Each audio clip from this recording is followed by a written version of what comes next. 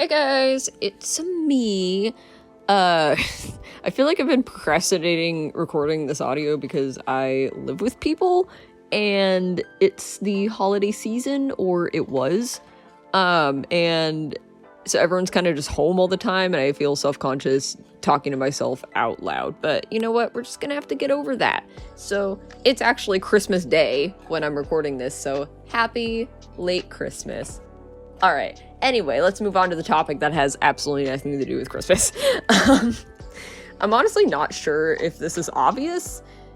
I'm not sure if I hope it is or isn't, but I was a seasoned theater kid growing up. I started at one of those little kindergarten after-school program thingies parents throw their kids in when they need a hobby, and never really stopped till I was an adult. And the crushing sands of time drowned any chance that I would have several hours a week to spend on rehearsals anymore. But, nevertheless, buckle the F up, because I have roughly 15 years worth of yarns to spin all about it. My name is Elliot. I'm a comic artist who's super into historical fiction, and I do art commentary, animatics, story times, and any other art-related stuff I want on here. Obligatory call to action, like and subscribe, blah blah blah. Also, real quick, I'm actually drawing my submission to a comic competition called Words and Pictures in the background.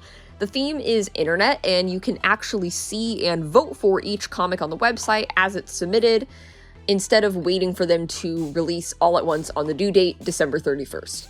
Although I really doubt that this video will be out before December 31st. Maybe it is, and this is still relevant, but whatever. Anyway, mine is already up, and the link to read all current submissions will be in the description. I'm not sure actually when the voting ends. I didn't look that up before recording this, but I'm sure it's fine. I'm sure this video won't be that late. Just go on over there and check it out. Text will be on screen saying the end of the vote. Okay, anyway, I'm so excited to be part of this, so please go check everyone out. Okay, let's get on with it. A lot of funny little anecdotes are just that little, so I'm gonna try and keep it to the stuff I can actually make a good story out of and not just one-off mishaps that my friends and I found funny at the time. I'm gonna kind of try to avoid, like, you had to be there moments, if that makes sense. The first story is when I was 10 years old and playing my first lead. Woo! And didn't get another lead until I was 16, but that's beside the point. It was a musical the director himself wrote specifically for this children's theater, and honestly, I may be biased, but it was kind of fire. We were the first cast to do it, and from the looks of it, it ended up being a pretty popular mainstay at this local little children's theater. He was genuinely passionate about playwriting and composing, and it never really felt like he held back or made things easy because we were kids. I got the role because the director thought my voice sounded, quote, mature for my age, but in actuality, I just had a low singing voice, and that's not common for being AFAB and tiny. The actual voice type for the role was more in a mezzo or mixed register, so that was an interesting experience. Anyway, my mom was actually involved too. She somehow got roped into being the costumer for the play, and she's never done anything like that since then, but we come from a large family of theater kids and avid thrifters, so it worked out great. We would occasionally cram into this small little attic area upstairs to run lines and practice bits of new songs when there were people working on set pieces on the stage. Now, this room had a comfy, worn-in couch, a desk, and what looked to be some storage stuff laying around, and for some reason a big box of silverware. One day, my mom was up there with us kind of babysitting, and we noticed a big roll of bubble wrap in the corner. Being between the ages 6 and 14-ish, we were chomping at the bit to descend upon that thing like a pack of jungle snakes, and my mom, a trusted adult, was like, "Sure, go ahead." Keep in mind, this was a pretty big chunk of kids. So we went to town. Each kid had their own sheet, and the whole little room was filled with a chorus of popping plastic to back our rehearsing. The next day, we were gathered in the auditorium before the director, evidence of our crime in his hands, and oh my gosh, if you've ever been reprimanded by a director as a cast, then you'll know true shame. The torrent of fury will be released from even the sweetest of adults when they are in charge of a gaggle of theater kids. I was 10 at the time, so I hope I'm remembering correctly, but I think he had a side gig selling silverware online none of us knew about. And we had just collectively destroyed over half a roll of his packing supplies. My poor mom was just standing there as the betrayed glances of 12 or so children bore into her. None of us ratted her out, luckily. My friends were real ones there because my mom's a fun and nice lady, but I'm pretty sure she fessed up later on and it was put to rest. In her defense, in a lot of schools and community theaters, there's usually a lot of random stuff from past endeavors just lying around in old storage spaces. Put out to pasture, if you will, and playing with it wasn't really uncommon or frowned upon. Current props, yeah, no, someone's gonna cut your hand off, but like, old stuff, that was usually fair game, at least in my experience. However, as an adult who now sells my art online, Etsy specifically under LAR7, you get a cool sticker and I get your support as an artist. Holy crap, I can totally understand his reaction. I don't know how many orders he had lined up, but that must have been brutal. Okay, moving on. Second story, same play. There were actually two leads, the princess and the witch. And since it was a youth production, 4 actors played them who took turns night to night. We all had an amiable relationship in general, but the other princess, who we'll call Faith, lest this get really confusing really fast, and the witch paired with me, Catherine, got along particularly well. Her witch had her own friends in the cast she hung out with mostly, so she was mostly off with them. Also, these are all fake names, I hope that was obvious. Catherine is about 5 years older, so we really looked up to her, and hanging out with her felt like being around a cool older sister. As for Faith, I often felt kind of inadequate around her. Being that one weird kid who was not quite on the outskirts, but definitely at the bottom of the social totem pole with the more popular girls, gave me a lot of self-esteem issues. So I was hyper aware of every way in which certain girls seemed a lot prettier, smarter, and more likable than me. Honestly, that's still something I struggle with, just in different ways now. And I'm always trying to not mentally put myself down as often. I'm not gonna lie, I was self-conscious that Faith and Catherine seemed closer, but was very used to third wheeling by that point because of the dynamics of my friend group at school, and tried to tell myself I was probably just being paranoid.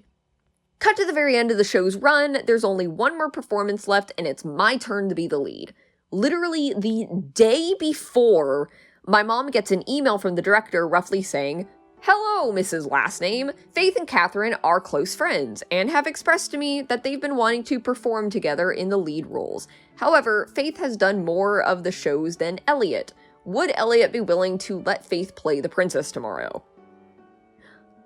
I don't know if this is dramatic, but I was dejected as hell. I was very upset. I told my mom to reply that I said it was okay, even though I really didn't want to. I mean, I loved being in that show so much. It was always the highlight of my week, and I was so excited to close it out, especially because I was supposed to open it, but we got stuck in a huge traffic jam. But what the heck was I supposed to say? If I said no, then I would feel so selfish and my friends would be quietly upset with me. I wouldn't even be able to enjoy it anymore anyway, because that's all I would be thinking about. My mom saw how disappointed I looked and was actually mad about the whole thing, saying she didn't think it was appropriate to ask me to do that. Now, as an adult, I'm kind of with her on this one, because he probably should have known I'd feel pressured to say yes. Kids are scared of being ostracized, so it's natural for them to just go along with things to avoid being disliked by their peers. I'm not really proud of this, but I was actually so upset that I just straight up didn't come to the last show at all. When it wasn't our turn to lead, we would play townsfolk, and it wasn't a big deal for kids in that role to miss performances. It happened all the time and the director was cool with it. I don't really know how to explain it, just that was kind of just the way it was set up. They just wouldn't be missed, trust me on that. So the real question though is, should I have been like, screw this crap, and said no? Comment down below to weigh in on this random community theater discourse from 14 years ago. We're gonna do a bit of a time skip here to junior year of high school. I know, big jump. I just genuinely couldn't really think of any major mishaps or wild happenings in middle school. It was pretty smooth sailing. So these are actually two separate incidents that I'm considering one story, and that was 2 times I made my castmates think I was a way better actor than I actually was through the power of mental illness.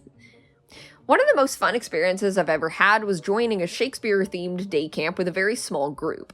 The idea was that we would prepare a medley of Shakespeare scenes and perform it in our local Shakespeare in the Park spot. One of the exercises we did one day was doing a dramatic script read of the to be or not to be monologue from Hamlet in a kind of popcorn reading style. Now, for context, I had joined this camp specifically so I had something to do that wasn't moping around after low-key experiencing actual, medical caliber sadness for the first time in my life. Not sure which words are censored by YouTube. And then also being broken up with. So, yeah, that was a rough summer. The camp counselor was like, all right, gang, so the idea of this exercise is to really consider the meaning of the text. Feel the words, let them really sink in. So a couple of lines into my turn, I suddenly was like, oh, this is about offing yourself. I don't know why, I've never even considered doing that before, even to this day, but I just immediately started crying really hard. And instead of being like, step out and take a minute, the counselor was like, keep going, lost in the moment of my surprise mental breakdown, I guess. So now I was full on sobbing, and somehow one of my friends had managed to intensely lock eyes with me. And it was supposed to be like a moment of compassion, but I'm autistic, so being blasted with an enduring beam of eye contact from someone inches away from my face just made me cry even harder. Okay, so that happened. Moving on to a similar incident, but a little less morbidly uncomfortable. In our school's production of The Lion, the Witch, and the Wardrobe, I played the youngest sister, Lucy. There was a scene where I was supposed to drop to my knees and be really upset about Mr. Tumnus being kidnapped because I thought it was my fault. We were at that stage of rehearsal that every cast goes through where it's close to Tech Week and it feels like no one has it together and the whole play is falling apart. And I regret to admit, I was a little bit of a perfectionist when it came to theater stuff. I wanted to do a good job, and the idea of things looking haphazard was very anxiety-inducing for me. We were rehearsing the aforementioned scene when it was about to be my turn to go on, and I was legit holding back tears. So I had a moment of cold hard lucidity and was like, this could be useful to me. Because, fun fact, I never figured out how to fake cry. I don't know how to do it. I cannot cry in command. Years and years of theater, and that's just still something I can't do. Frick, I can't even cry when I want to half the time. Anyway, I held it together for the first part of the scene and then straight up let myself have a borderline anxiety attack on stage. Everyone afterwards was like, wow, Elliot, that was really good. And nobody knew I was actually crashing out IRL. I hope. The end. We're not going to think about that one anymore. This one is either pretty wholesome, or most of you are going to find this the most cringy thing you've ever heard in your lives. Let's just find out. This is when I was in Clue playing Mr. Green, and we always had the classic cast dinner the night before the show tradition. Oh, the theater kids scourge on Denny's. We never actually went to Denny's, though. We were actually in a local Mexican restaurant. We happened to go during a thunderstorm, and we were talking, laughing, etc., when a big clap of thunder happened and the power went out. Now, I want to preface this by saying we were the only customers in this restaurant. It wasn't a big chain. We went at kind of a weird time between lunch and dinner, so it was super dead, and we stayed at our seats. Our Wadsworth stood up and started doing his opening bit from the blackmail explanation scene, and we all just joined in and acted out our lines. Peak infamous stereotype, not beating any allegations here.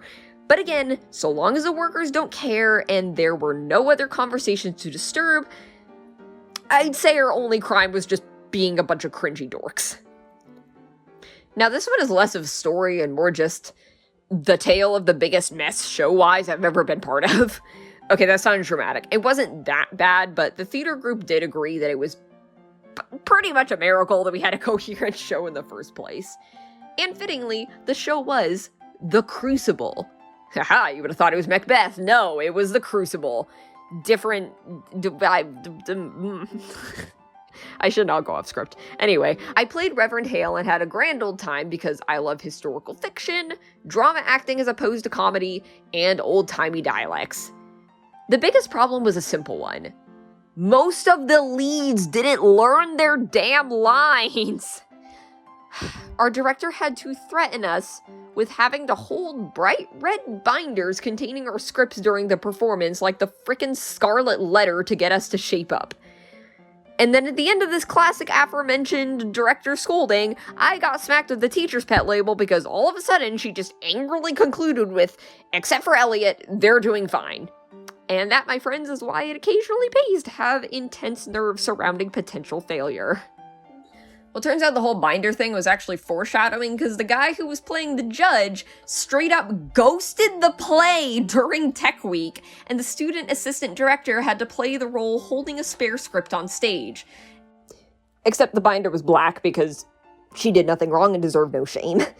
Yeah, so that one guy was literally never seen again in the theater. And it's just as well because the theater teacher said that she would never cast him in anything ever again anyway, which, good. Obviously. Another little detail was that the scene where Reverend Hale shows up at the Proctor house and starts throwing down accusations was played differently every time because Proctor never quite got his lines down, but was a good improviser. I myself am pretty crap at improv, so it wasn't my favorite thing in the world, but I'm proud we managed to put something together every night. One of the issues was that in the scene, Proctor was supposed to prove he's a true man of God by citing the 10 Commandments, and the actor didn't actually know all the commandments, so he would usually just kind of make a few up. I'd like to think that the audience took that as some subversive thing he was doing, but me and the girl playing Mrs. Proctor just thought it was funny because we were Catholic. And I didn't even touch the fact that all the male characters were given Uncanny Valley fake Amish beards that were, I almost said sewn, that would have been freaking terrifying, glued. They were glued on. All in all though, I had a lot of fun, and I think it turned out better than it seemed it would during Tech Week despite the hiccups. So, you win some, you lose some. The last story happened just 6 months ago, actually, in my senior year of college. So when I graduated, or honestly, in my case, as class of 2020, just left the building and never came back, I figured out pretty quickly that continuing to be in plays just wasn't going to happen. Between school, work, art, having actual human relationships, it was too much.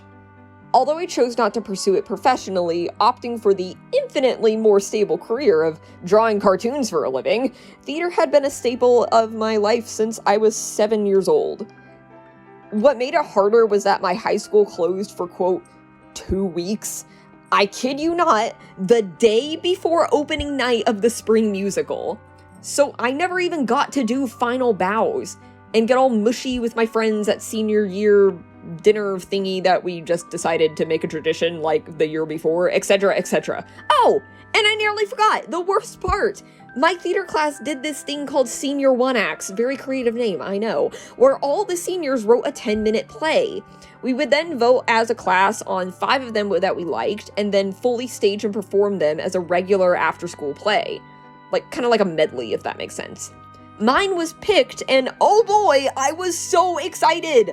I was looking forward to this for ages, and had already decided by that point that I basically wanted to tell stories for a living. I think this may have been the most important thing to me school-wise, even above the musical. And I didn't know this at the time, but it was actually a prototype for Nowhere Land, one of my main comic ideas. I'll probably talk more about it in a separate video, but let's get back to the shenanigans of this one first. Needless to say, when I finally got the chance to take a theater elective 5 years later, I was chomping at the bit to get back in there.